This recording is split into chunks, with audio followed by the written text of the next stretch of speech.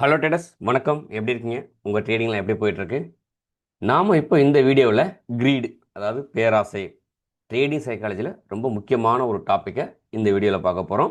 So அடிக்கடி நம்மகிட்ட phone பண்ணி என்கிட்ட இவ்வளோ கேபிட்டல் இருக்குது, என்னால் இவ்வளோ ரிட்டர்ன் பண்ண முடியுமா, என்கிட்ட இவ்வளோ தான் இருக்குது, ஒரு நாளைக்கு இவ்வளோ எடுக்க முடியுமா அப்படின்னு நீங்கள் கேட்குறீங்க. நீங்கள் கேட்குற அந்த கேள்விக்கான பதிலாக இந்த வீடியோ அமைய போகுது. ஸோ இந்த வீடியோவை ஸ்கிப் பண்ணாமல் முழுசாக இந்த வீடியோவை பாருங்கள். உங்களுக்கு இந்த வீடியோ பயனுள்ளதாக இருக்கும்.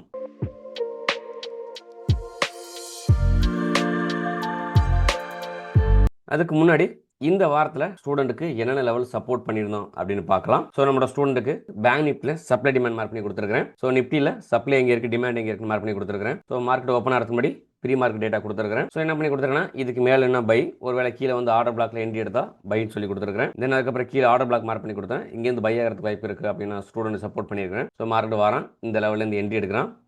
அதுக்கடுத்து கீழே ஆர்டர் பிளாக்ல என்ட்ரி எடுக்கலாம். என்ட்ரி எடுத்துட்டு நம்ம எதிர்பார்த்த மினிமம் ப்ராஃபிட் புக் பண்ணுற அளவுக்கு மார்க்கெட் மேலே போயிட்டு இருக்கு. அதுக்கப்புறம் என்ன பண்ணால் மார்க்கெட் ரிவர்ஸ் ஆகிருக்கிறான் அந்த இடத்துல. ஸோ இதுக்கு மேலே என்ன பைன்னு சொல்லியிருக்கிறேன். ஸோ மார்க்கெட் அந்த லெவலுக்கு வரான். ஸோ என்ட்ரி எடுக்கிறான். நாம் எதிர்பார்த்த மாதிரி நம்மளோட டைரக்ஷனில் மார்க்கெட் மூவ் ஆகுது. எஸ், இந்த இடத்துல நம்ம ப்ராஃபிட்டில் இருக்கிறோம். நிஃப்டியில் சப்ளை டிமாண்ட் மார்க் பண்ணி கொடுத்துருக்கேன். பேங்க் நிஃப்டியில் சப்ளை டிமாண்ட் மார்க் பண்ணி கொடுத்துருக்கேன். மார்க்கெட் ஓப்பன் ஆகிறதுக்கு முன்னாடி ப்ரீ மார்க்கெட் டேட்டா கொடுத்துருக்கேன். ஸோ இதுக்கு மேலே நின்னா மார்க்கெட்டில் நீங்கள் பை பண்ணலாம்னு சொல்லியிருக்கேன். ஸோ மார்க்கெட் வந்து என்ட்ரி எடுக்கிறான். அங்கேருந்து நம்ம எதிர்பார்த்த மினிமம் ப்ராஃபிட் கொடுக்குறான். சேஸ் மார்க்கெட் நம்ம டைரக்ஷன் போயிட்டுருக்கு. அதுக்கப்புறம் மார்க்கெட் ரிவர்ஸ் ஆகுது. சரி, இந்த இடத்துல என்ன சொல்லியிருக்கேன்னா, மார்க்கெட்டு மேலே உள்ள, அதாவது பை சைடு உள்ள ஸ்டாப் லாஸ் எடுத்திருக்கான். கீழே உள்ள செல் சைடு ஸ்டாப் லாஸும் எடுத்துகிட்டு இருக்கான். தென் என்ன பண்ணியிருக்கேன்னா, இந்த இடத்துல சப்ளைக்கு வந்தால் மார்க்கெட்டு செல் ஆகும்னு சொல்லியிருக்கேன். என்ன பண்ணியிருக்கேன், இந்த இடத்துல ஆர்டர் ஃப்ளோவில் என்ட்ரி எடுக்கலாம் அப்படின்னு சொல்லியிருக்கேன். தென் இங்கே ஒரு டிமாண்ட் மார்க் பண்ணி கொடுத்துருக்கேன். மேலே ஒரு சப்ளை மார்க் பண்ணி கொடுத்துருக்கேன்.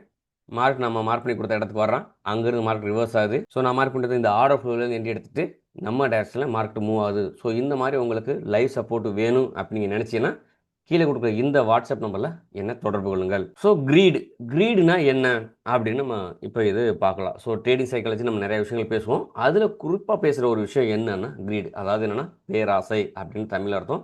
தமிழில் ஒரு பழமொழியில் இருக்குது, பேராசை பெருநஷ்டம் அப்படின்னு இது பொதுவாக சொல்லுவாங்க. என்ன கேட்குறீங்க அப்படின்னா, என்கிட்ட ஒரு 30,000 ரூபா பணம் இருக்குது, இந்த 30,000 வச்சுட்டு நான் என்ன பண்ணலாம் அப்படின்னு கேட்குறீங்க. ஸோ இந்த 30,000 நான் ஒரு ரவுண்ட் ஆஃப் ஃபிகராக எடுத்து வச்சுருக்கேன். அது 50,000 இருக்கலாம், 1,00,000 இருக்கலாம், இல்லை 5,00,000 இருக்கலாம். உங்களோட கேபிட்டல் என்னவோ நான் சொல்கிற விஷயத்தோட அதை பொருத்தி பாருங்கள். இப்போ அவர் என்ன கேட்குறாருன்னா, என்கிட்ட ஒரு 30,000 ரூபா பணம் வச்சுருக்கேன், இதுதான் அவரோட கேபிட்டல்.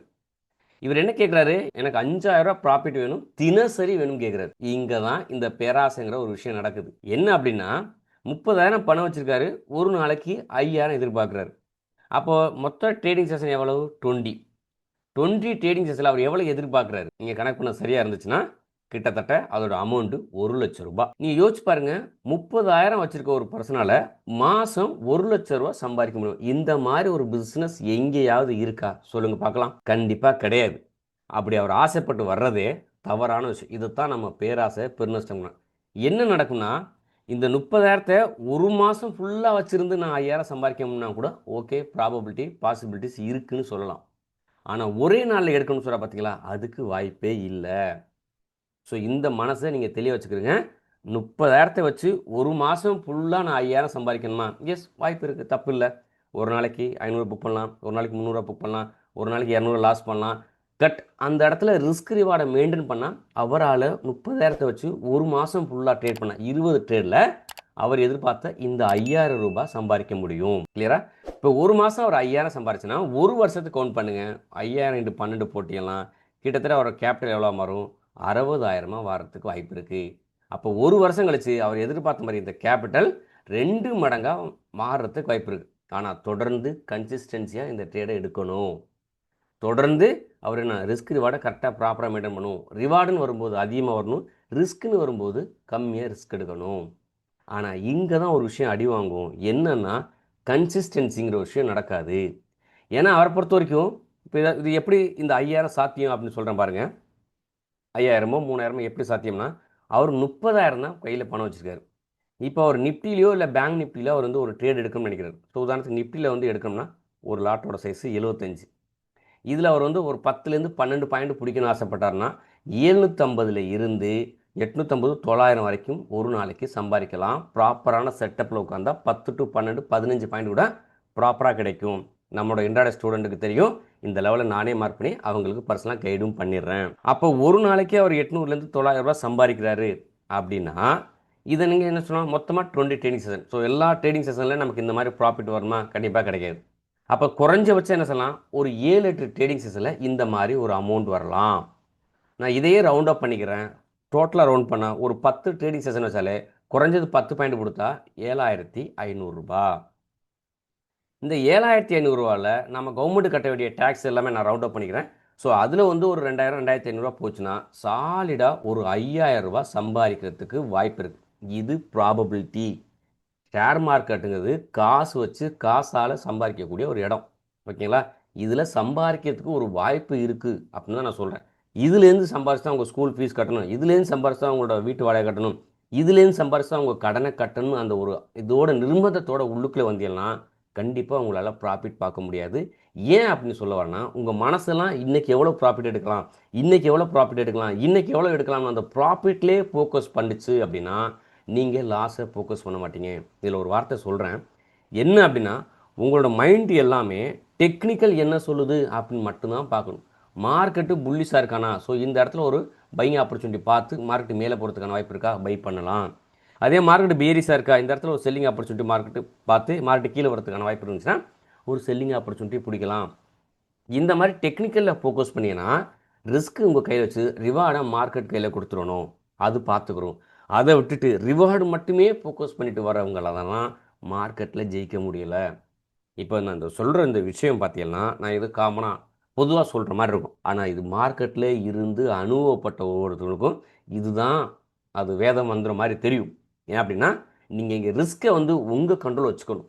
இப்போ ஒரு 30,000 வச்சுருக்காரு, அவர் ஸ்டாப் லாஸே வைக்கலன்னு வைங்களேன். ஒரு நாளைக்கு 3,000 லாஸ் பண்ணுறாரு, அடுத்த நாள் 3,000 லாஸ் பண்ணுறாரு, அடுத்த நாள் 3,000 லாஸ் பண்ண 3 நாளில் கிட்டத்தட்ட அவரோட 30% மேலே என்ன ஆகும், கேபிட்டல் காலியாயிரும். அதுக்கப்புறம் அவருக்கு என்ன இருக்கும், அவர் மேலே ஒரு நம்பிக்கை இருக்காது, அவர் எடுக்கிற அந்த ஸ்ட்ராட்டஜி மேலே நம்பிக்கை இருக்காது, ஷேர் மார்க்கெட் மேலே அவருக்கு நம்பிக்கை இருக்காது. ஷேர் மார்க்கெட்னால ஃப்ராடு தான், அது ஒரு கேம்பிளிங், அது ஒரு சூதாட்டம் அப்படின்னு மொத்தமாக கேப் எழுதிட்டு வெளியில் போய் உட்காந்து புலம்பிட்டு இருப்பார். ஸோ நம்ம என்ன மாதிரி யாராவது ஒரு யூடியூப்பில் வந்து வீடியோ போட்டோன்னா கீழே போய் உட்காந்து என்ன சொல்லுவார், இல்லை நீங்கள் சொல்கிறதெல்லாம் போய் அப்படின்னு கமெண்ட் அடிச்சுட்டு இருப்பார். ஆனால் உண்மையிலேயே அவர்கிட்ட போய் ஒரு ஆர்டர் பிளாக் மார்க் பண்ணுங்கள், அங்கே ஒரு இம்பேலன்ஸ் இருக்குது, அந்த இம்பேலன்ஸ்க்குள்ளே வந்து ஒரு ஓபி இருக்கும், அதை ஃபைண்ட் அவுட் பண்ணுங்கள், அதை ரீடிஃபைன் பண்ணுங்கள், அதில் என்ட்ரி ஆப்பர்ச்சுனிட்டி வைங்கன்னா ஓபினா என்ன சார்னு கேட்பாங்க. சரி ஓகே, என் செட்டப்பே வேணாம், நீங்கள் வேறு எந்த செட்டப் வேணால் எடுத்துக்கிறங்க, சிபிஆர் எடுத்துக்கிறங்க, மூவிங் ஆரேஜ் எடுத்துக்கிறங்க, பொலிஞ்சர் பேண்ட் எடுத்துக்கிறங்க, இல்லை மேக்டி எடுத்துக்கோங்க, என்ன ஸ்ட்ராட்டஜி வேணாலும் எடுத்துக்கிறங்க. அந்த ஸ்ட்ராட்டஜியில் உங்களுக்கு எந்த அளவுக்கு நாலேஜ் இருக்குன்னு பாருங்கள்.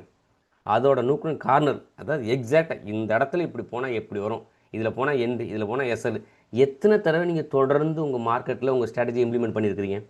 ஒரு 5 தடவை, ஒரு 10 தடவை. அதுலேயே நீங்கள் என்ன பண்ணுவீங்க, இந்த ஸ்ட்ராட்டஜி ஒத்துவல், அடுத்த ஸ்ட்ராட்டஜி, இந்த ஸ்ட்ராட்டஜி ஒத்துவல், அடுத்து எத்தனை தடவை மாறிட்டு இருப்பீங்க? ஒரு ஸ்ட்ராட்டஜி கற்றுக்குறங்க, அந்த ஸ்ட்ராட்டஜியில் 100 ட்ரேடு எடுங்க.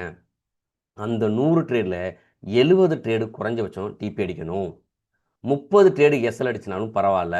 நீங்கள் எடுக்கிற மினிமம் ரிஸ்க்கு ஆர்ஆர் எவ்வளோ இருக்குன்னா 1:2 இருந்துச்சு அப்படின்னா இந்த ஸ்ட்ராட்டஜி உங்களுக்கு லட்டு மாதிரி வேலை செய்யும். மினிமம் 1:2 நாட் ரெக்கமெண்டுங்க, 1:2. பட் என்னோட ஸ்டூடெண்ட் நான் ரெக்கமெண்ட் பண்ணுறது மினிமம் 1:3 போங்க அப்படின்னு சொல்கிறேன். ஏன் அப்படின்னா ரிஸ்க்கை நீங்கள் வைக்கணும், ரிவார்டு மார்க்கெட்டு தரணும், கிளியரா? அதுக்கப்புறம் தொடர்ந்து கண்டினியூஸாக இந்த ப்ராசஸை நீங்கள் செஞ்சுக்கிட்டே இருக்கணும். தொடர்ந்து கன்சிஸ்டன்சி. இதில் இன்னொரு விஷயம் நடக்கும். என்ன நடக்கும்னா, இங்கே இருக்க பெரும்பாலான ட்ரேடர்களில் கன்சிஸ்டன்சி மிஸ் ஆயிடும். எப்படின்னா, அவங்க ஒரு ஸ்ட்ராட்டஜி எடுத்துகிட்டு இருப்பாங்க. சனி ஞாயிறு உட்காந்து இருக்கிற யூடியூப் சேனல் எல்லா சேனலையும் போய் உட்காந்து ஒரு வீடியோவாக பார்த்து திங்கக்கிழமை காலையில் ஓகே இதுதான் நம்ம ஸ்ட்ராட்டஜி அப்படின்னு ட்ரேட் பண்ண வந்துடுவாங்க. திங்கக்கிழமை காலையில் அவங்க என்ன பண்ணுவாங்க, எடுத்தோடனே அவங்க அன்றைக்கி சனி ஞாயிறு பார்த்த சேனலில் பார்த்த அந்த ஒரு ஸ்ட்ராட்டஜியை இம்ப்ளிமெண்ட் பண்ணுவாங்க திங்கக்கிழமை. அது என்ன பண்ணுன்னா அன்னைக்குன்னு பார்த்து அந்த ஸ்ட்ராட்டஜி எஸ்எல் அடிக்கும். ஓகே எஸ்எல் அடிச்சிருச்சு, இதுக்கப்புறம் நம்ம அந்த ட்ரேட் பண்ணக்கூடாதுன்னு வெயிட் பண்ணுவாங்க. செவ்வாய்க்கிழமை மார்க்கெட்டு அவங்க ட்ரேட் எடுக்க மாட்டாங்க. ஏன், திங்கக்கிழமை எஸ்எல் வாங்கிட்டாங்க, செவ்வாய்க்கிழமை அவங்க ட்ரேட் எடுக்கலை. அப்போ என்ன இருக்கும், அன்னைக்கு அந்த ட்ரேடு டிபி அடிச்சிருக்கும். ஆஹா, அதே மெத்தடு திங்கக்கிழமை வேலை செய்யலை, செவ்வாய்க்கிழமை வேலை செஞ்சு புதன்கிழமை வருவாங்க, அன்னைக்கு போய் எடுப்பாங்க, அந்த ட்ரேடு எஸ்எல் தட்டிடும். வியாழக்கிழமையும் பார்ப்பாங்க, அவங்க என்ன பண்ணுவாங்க, வியாழக்கிழமை அந்த ட்ரேடே எடுக்க மாட்டாங்க, நோ ட்ரேடு. ஓகே வெள்ளிக்கிழமை என்னைக்கு என்ன இருக்க போகுது, மார்க்கெட்டு கன்சல்டேஷனாக போட போகுது அப்படின்னு நினச்சிட்டு உட்காந்துருப்பாங்க, அன்னைக்கு அந்த ட்ரேடு டிபி அடிச்சிருக்கும். இவங்களை பார்த்தீங்கன்னா கிட்டத்தட்ட 3 ட்ரேடு அட்டனே பண்ணியிருக்க மாட்டாங்க, அந்த நாள் எல்லாமே டிபி அடிச்சிருக்கும். 2 நாள் அட்டன் பண்ணியிருப்பார், அன்னைக்கு மட்டும் எஸ்எல் அடிச்சிருக்கும். இப்போ இங்கே என்ன மிஸ் ஆகுதுன்னா கன்சிஸ்டன்சி. ஒரே ஸ்ட்ராட்டஜி தான், ஒரே கான்செப்ட் தான். இது 5 நாள் இவங்க அட்டன் பண்ணியிருந்தாங்கன்னா வாரத்தில் 2 நாள் இது என்ன பண்ணிடும், எஸ்எல் தட்டியிருக்கும். மீத 3 நாள் டிபி தட்டியிருக்கும். பரவாயில்ல. இது வந்து நான் ஒரு ரவுண்ட் அப் சொல்ல வரேன். அப்போ என்னன்னா இந்த ரிஸ்க் ரிவார்டு இங்கே ப்ராப்பராக விழுந்ததுன்னா இந்த 2 எஸ்எல் தட்டினதும் 4%, அதாவது 4% எஸ்எல் தட்டியிருக்கும். இந்த 3 டிபி தட்டுறது 6% டிபி ஹிட் ஆகிருக்கும். அப்போ 4 மைனஸ் மினிமம் வாரம் முடியும் போது 2% ப்ராஃபிட்டில் இருந்திருப்பாங்க. இது எப்போ ஒரு ஸ்ட்ராட்டஜியை தொடர்ந்து கன்சிஸ்டன்சியாக பண்ணியிருந்தாங்கன்னா அவங்களுக்கு இந்த ப்ராஃபிட்டே கிடச்சிருக்கும். அவங்க அதுவும் பண்ணுறதில்ல. அப்போ என்னென்னா ஒரு ப்ராப்பரான சிஸ்டமேட்டிக்கான மெத்தடு இல்லை அப்படின்னா நீங்கள் எவ்வளோ கேபிட்டல் வச்சுருந்தாலும் உங்களால் ஷேர் மார்க்கெட்டில் சம்பாதிக்க முடியாது. கேபிட்டல் தான் லாஸ் ஆகும்.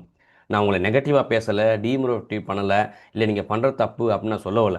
இதுதான் ஃபேக்ட்னு சொல்ல வரேன். ஒரு ஷேர் மார்க்கெட்டில் உள்ளுக்குள்ளே வர்றீங்க, சம்பாதிக்கணும்னு ஆசைப்படுறீங்கன்னா சில மெத்தட் இருக்குது, சில டெக்னிக்கல் இருக்குது. அதை கற்றுக்கிட்டு அதுக்கப்புறம் ட்ரேட் பண்ணுங்கள்.